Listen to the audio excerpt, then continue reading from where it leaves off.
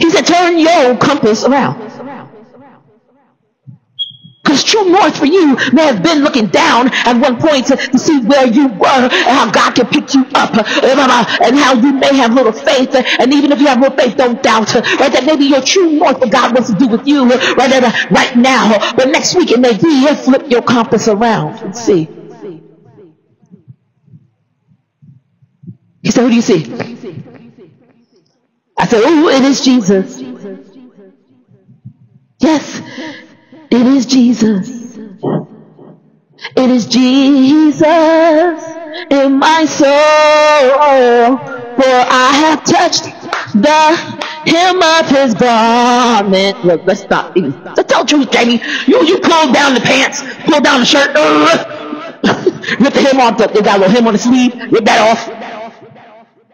He was planning to wear his outfit. You wear half of his outfit because he ripped it off him. I ain't just touching him a garment. I'm beastie. I'm just Jamie. I'm very exuberant. I'm very exuberant. And his blood has made me whole. I get sick, and when I get sick, it's weird because my sicknesses play off other sicknesses. So I was already having kidney issues. My renal function was low before I went to the hospital. So when I was in the hospital, I had to be mindful of what they were giving to me. Because I have a low immune system, and I had liquid around my heart and liquid in my lungs. And we could have a catastrophic situation. But I'd be very conscious of what they gave me, because I get out of the hospital and I stop functioning. I need to know what's happening.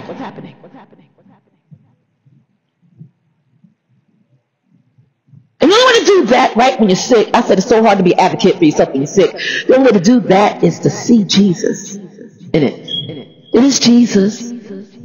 Oh, it is Jesus. It is Jesus. I don't feel good, y'all. I can't sing it, but you sing it. My soul's singing it, so he loud.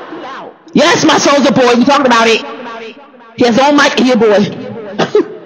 In my soul. For I have touched the hem of his garment. That's why I'm being me, because your boy, he loud.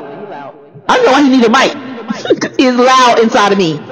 And his blood has made me whole.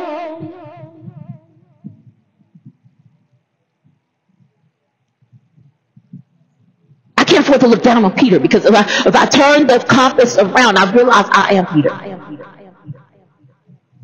Right? A lot of us, we put ourselves in the position of Jesus, like that woman did with me. You put yourself in the position of Jesus, so you look down on me, because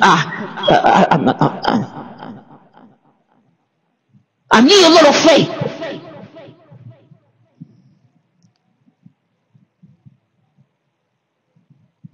The beautiful part about it is, before we turn the compass around, Holy Spirit told me to highlight this, because I highlighted it about, I think, 2 times already on the blog. We get mad at Peter, right? Because didn't Jesus say, oh, ye of little faith? I don't remember him saying, oh, ye of little faith to anybody else. I remember him having that specifically for Peter's. Your name is, oh, ye of little faith sometimes. Oh, ye of little faith. So we was walking on the water. Jesus was walking on the water, right? Jesus don't stop walking on the water, because I start bobbing. Lord, blah, blah, save, blah, blah, me, blah, blah, blah, blah, to the Pastor David. I see pictures. I don't see normal. I'm not normal at all. See, about the walking on the water situation.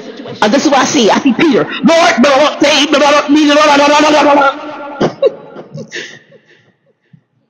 You look ridiculous, Peter. You're a fisherman. You drowning. Why are you drowning? We get certain situations with storms in our lives, and what happens is we develop Bambi legs. Our knees start knocking together, and we forget how to do what we knew how to do originally. I came here and I said, wait a minute, I know how to write poetry. What is wrong with me today? When I'm involved in a storm, it's very easy for me to forget. That water and that wind slap you, and then that water slap you on the other side. And then you start afterwards, you fight it at first, but after a while you start just say, okay, God, I'll turn with it. I'll turn the cheek to it. I'll turn the cheek to my storm, because I cannot beat it. And you're right.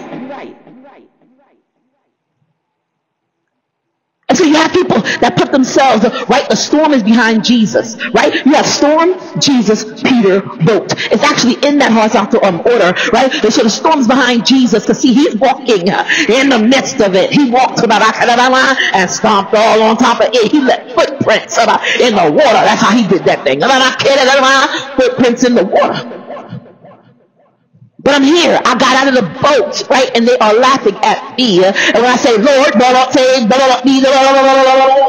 people that will look at you, laugh, and say, serve you right, because you triggered me. That's fun. Serve you right. You triggered me.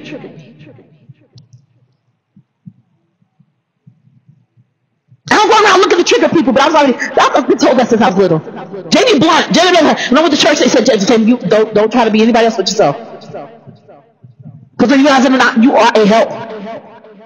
You help the people. Okay, cool, I'll slap with the Bible. And I hope they'll slap me back. Do it. I tell people, I ask. Tori's 16, I ask her all the time. So what you think about this, Tori? And she start telling me, I'm like, oh, shut up, Tori. Because she'll agree with me. So, you know. Shut up, Tori, say I was aware. Don't point though. If I want the truth, I'd rather go to 16-year. I'll go to Jonathan. Jonathan ain't got no, he got him and Lorelai, they ain't got no softness. he got no cushion. Jonathan just be like, Jamie, And Samuel, I said, I had a Samuel talk. Like they get TED talks, I had a Samuel talk. And I was outside, I went outside to hug Samuel. When I hugged Samuel, I literally squeezed him. Like I try my best. Because Steve was just looking like it was a really ridiculous picture. And Samuel said, wait, Chini. He said, Chini, your cup. And I looked down and said, yeah, there's my cup. He said, Chini, like, cups go on tables, Chini. Pick your cup up. I was like, oh, Samuel. He ain't got no cushion. They ain't got no, kids don't have cushion. They just dare. Like, they just say whatever's on there. They come off the cuff all the time. They're off the cuff all the time. They don't take a break. Could be off the cuff. They just off the cuff all the time.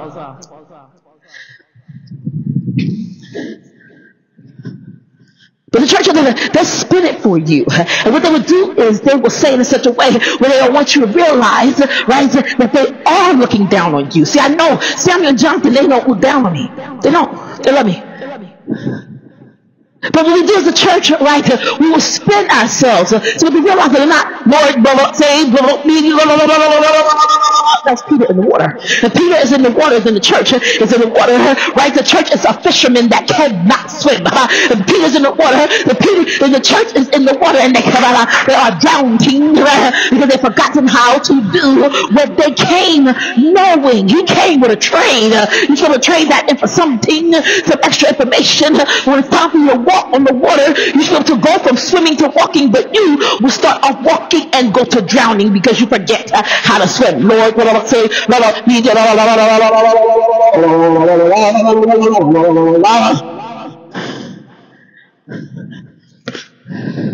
so this picture of Jesus walking on the water and the church bobbing up and down trying to survive. And Jesus walks up to the church and says, oh ye of little faith, why did you doubt?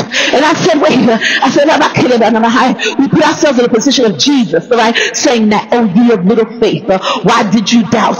We put ourselves in the position of Jesus saying that we don't realize, I'm not kidding, that oh ye of little faith is not a rebuke, it's a commencement. It's a commending. God commended this love towards me. And that while I was yet a sinner, Christ died for me. This is about commencement, my graduation ceremony. Because when you realize it or not, what happened after that was that Peter was told by Jesus, he was going to be Simon to be Peter.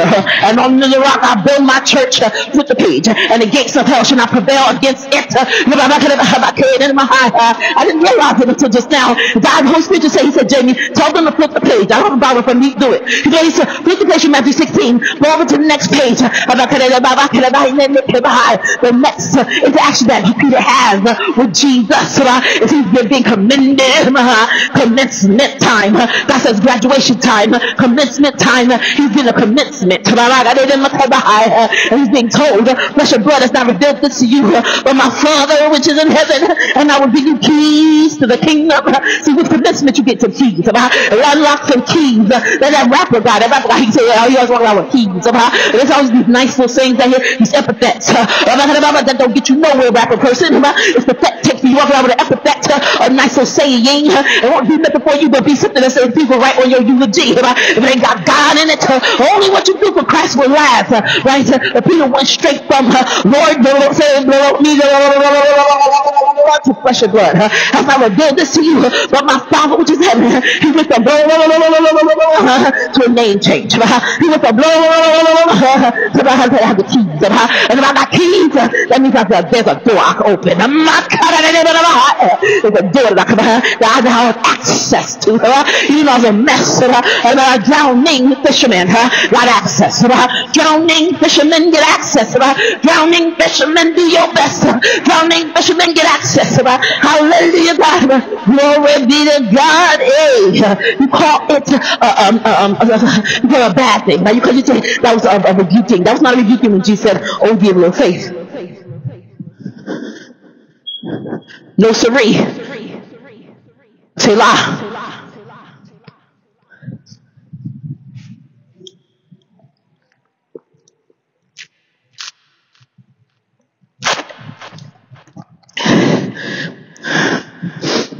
It's not rebuking because he got keys. It was followed up by, on the next page, it's followed by keys.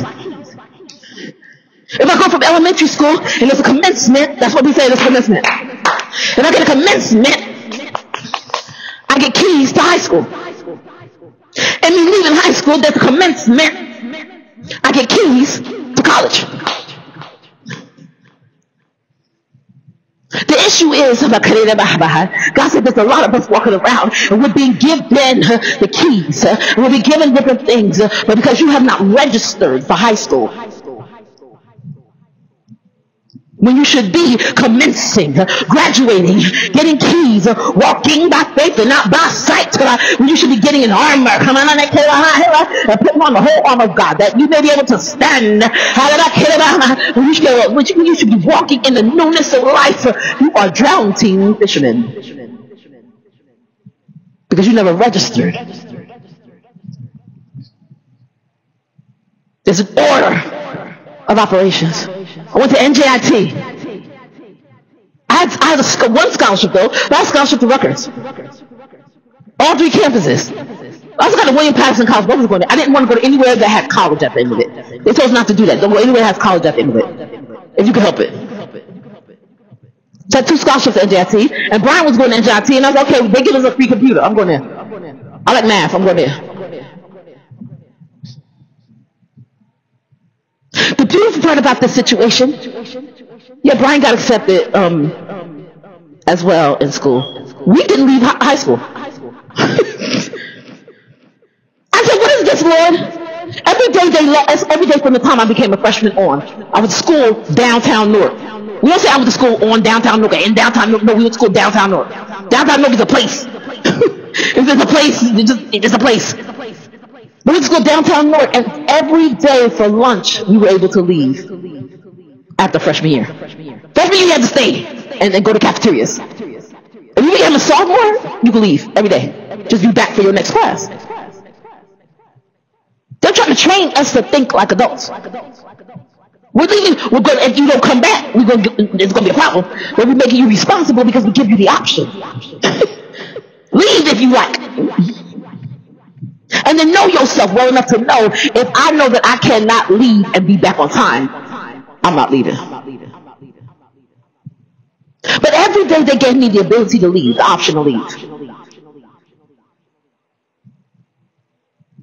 But when I was applying to college, the college had to come see me. Meaning, no, I ask people who have been to school with me. They on my page. They know. We got acceptances in the high school. We knew that day when we got when we had our interview. We knew Whether we went in, we filled the application, we gave it to the school sent it to the other school, the interviewer came in, and they liked what we had to say, they took us or they didn't take us. You knew then. I said, I didn't apply to NJIT, I got scouted. Because apply means I go there. Scout means they come to me. They came to the high school and told me, here, we got 2 scholarships for you. Choose us. Don't choose Rutgers, choose us.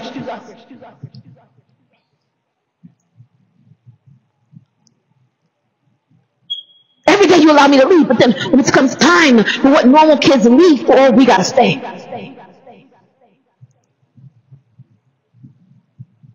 I just really feel like they wanted to have us in a place. I remember exactly where I was. I was in the guidance counselor's office with those pink walls, weird pink walls.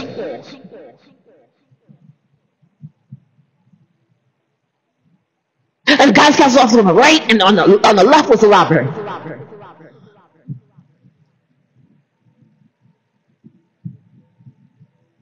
Anything else I need to do, if I need to go pay a bill, I can leave. If I need to go buy a pair of sneakers, I can leave. Anything else I need to do, I could leave for, but when it comes to school and making sure I got the keys to the university, they make sure we stay, right? Because they making sure we're not leaving, right? Without having, right, the proper keys. If you go to a school and you file application and accept you, then we want to know, because we want to know where you are going before you leave. We give you keys and we expect you to turn them over. One thing Sharon said to me this morning, Sharon, it's a name, beautiful name, Saran. The one thing Sharon said to me this morning, and she says, yes, Jamie, I see that you have become an amazing artist. And the first thing I thought was, I saw her name, but I kind of glossed over it because of the messenger will flash messages before your phone. So I saw a flash. I saw, you are an amazing artist. I said, oh, they don't know me. I said, oh, they made a mistake. That's the first thing I thought. They made a mistake. They don't know me. And I looked up and saw her name. I said, oh, she know me. Even though I know what I love to do, right? The police came last night, and the funny thing was the small police officer, he came in, he was like, oh, it's beautiful here. But half the stuff is not on the wall anymore. Like literally there's nothing in the living room. I was just doing my work. And then the second officer, he heard him say that, he looked and he came around, he said, oh, I like it in here. I said, I'm working on my art and I got to get this done. They were like, well, you are really, really good at it. I was like, oh, thank you so much. But I was saying it for a reason. I want to get my art done. I'm just doing another piece. Another day, another piece for me. That's how I get my peace. When somebody comes up to you and says, oh, you're an amazing artist, I'm like, no. I tell everybody I don't even call myself an artist. I say I do art. I'm working on a piece right now that's made out of candy wrappers, cellophane wrappers. And if I'm not careful, my art can come out looking very kitschy. I'm okay with it though. The pieces that I do that are Black history, they're that. They're fine art, they're that. Even in a messy state, they are that. But the regular color pieces that I do them the way that I do them for a reason. I border on minimalistic, line the wall with surrealistic art, right? But what I want to do is, I don't want it to be kitschy, but at the same time, I want people to know that it doesn't take anything for you to be able to do an art piece. You can do your art at home. You don't have to buy none from nobody. Don't buy none from me. Do it yourself. So that's what it's made out of popsicle wrappers. This one's cellophane paper. I ordered from Christina Christmas. It came Christmas, and so she gave me one of them. And then over the Christmas holiday, these 3 months, I've been eating these things so I can use the wrappers. And then I have candy wrappers that actual Tootsie Roll wrappers. She bought me the Tootsie Rolls because she knows I love fruities, not Tootsies, fruities. And I said, Dan, if I get fruities, you will eat them for me? So Dan's supposed to be helping me eat them so I could get the wrappers. So I keep just twisting them, taking them, twisting, taking them, twisting, so I can make my art out of them. I want people to know that you can make art. You are talented. You are beautiful. You are phenomenal. You are fantastic. There's nothing I can do that anybody else can't do. You can do it. So she said, I see you become an amazing artist. I said, who? Who, Hoppo? Who that woman? I haven't messaged her back, but I'm going to tell her. Of course I'm going to tell her. You said amazing artist, and the first thing I thought was, this person texted me, don't know me. I see you have become an amazing artist. Really?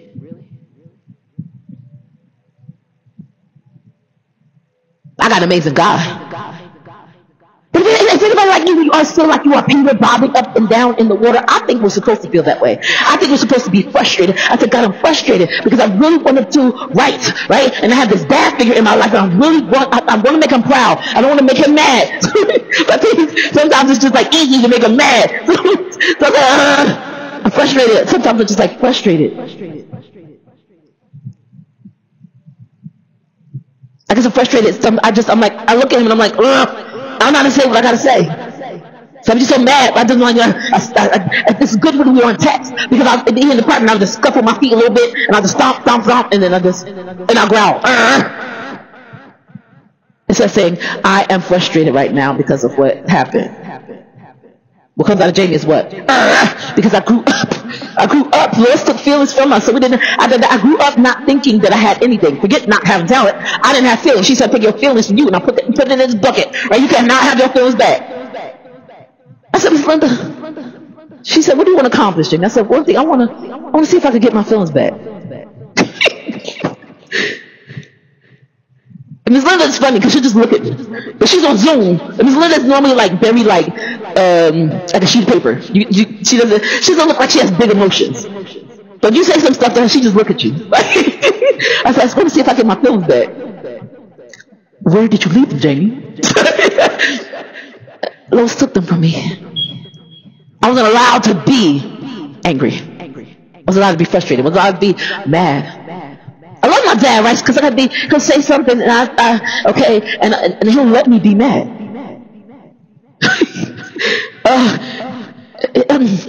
I'm getting like meat in my chest right now. I'll get mad at him right now because he'll let me be mad. The good news is he'll let me have my feelings. He'll let me be mad. But at the same time, I'm like, you gonna let me be mad?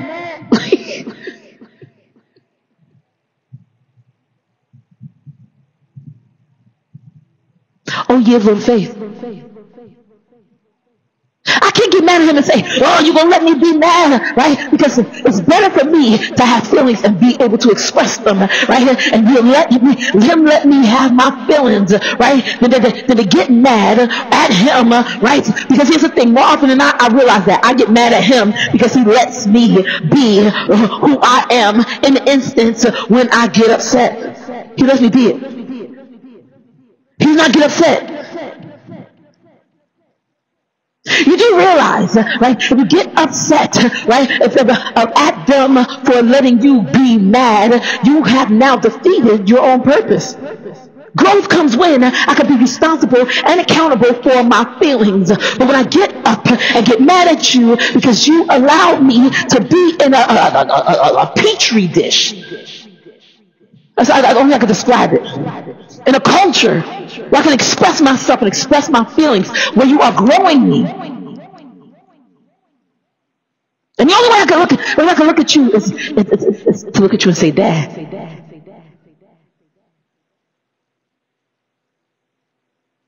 I want you to let me have my feelings.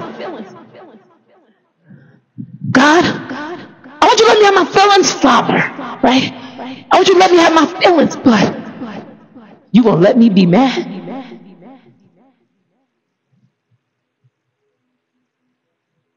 I told Miss Linda that, and I sat back. I said, wow. I said, because when I take the time to count and actually calm myself down, I realize that I am not angry about everything. I can call it anger, but sometimes I'm sad. Sometimes I'm just melancholy. I'm not angry about everything. When I sit down, count before I speak, and I relax, right, I realize I'm not angry about everything. But what we do, even as kids that are allowed to have feelings, we put everything in an anger bucket. And so when you're 3 years old, 4 years old, you're allowed to have feelings, you put everything in an anger bucket. But if that parent doesn't cultivate an environment around you where you are allowed to express yourself and have feelings, you don't know how to handle, oh, I feel like being sarcastic today. I feel like being melancholy. I feel like being angry. There's nothing wrong with anger. The only issue comes in, right, when we take sad, melancholy, happy, and we take it and we throw it in a bucket and we call it anger. Everything is, I'm angry, right? And instead of me saying I'm angry, I walk around growling like an animal. Not I do it because I'm cute, you know? I mean, I just growl at people because it's fun. When I was younger, I was doing it. I was even when I did not vocalize my growl, I was still doing it. I wanted to bite people's ears off. I wanted to be Mike Tyson and bite people's ears off. I wanted to find a way to hurt people the most. So what way can I hurt you the most? And I would attack that and then stomp on it and then kick you in it and then tell you, take you and it and get out of here. Get away from me. With it. Because she took my feelings from me. God has allowed me to be in an environment now where I have my feelings, right, and they're free, right, and I don't have to, right, because even when Tasha would, there were times when she would talk to Tasha, and Tasha would be able to express herself, and I looked and I was like, wow, that was grand to me. Tasha was allowed to express herself, but she never let me do it.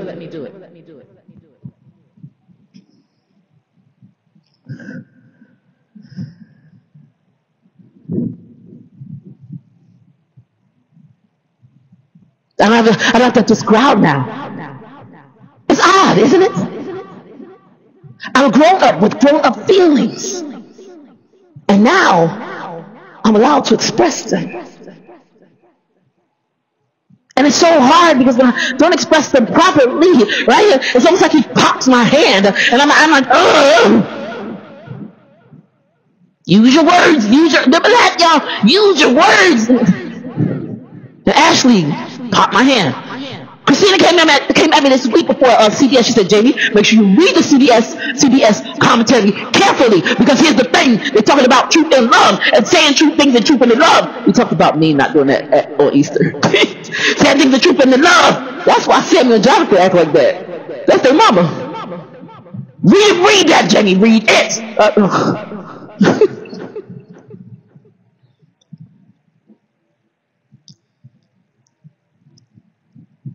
The amazing thing, I see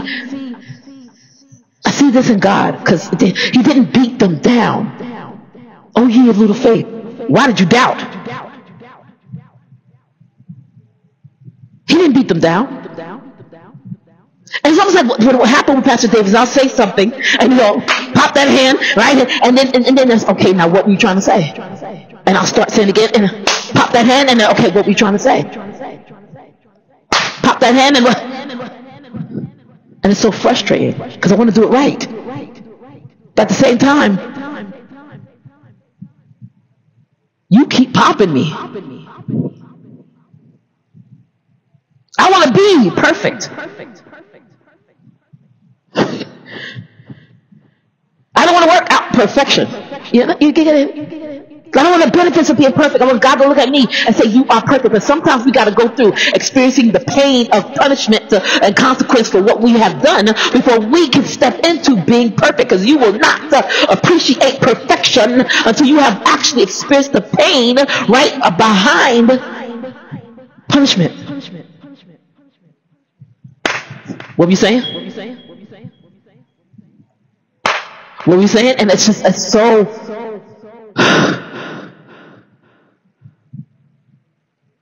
It's the most frustrating experience in the world. Because I don't care who you are. I don't care who you are.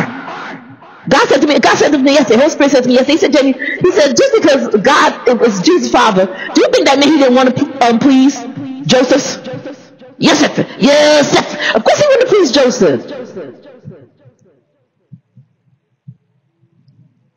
If he didn't want to please Joseph, he would have said what he said to him.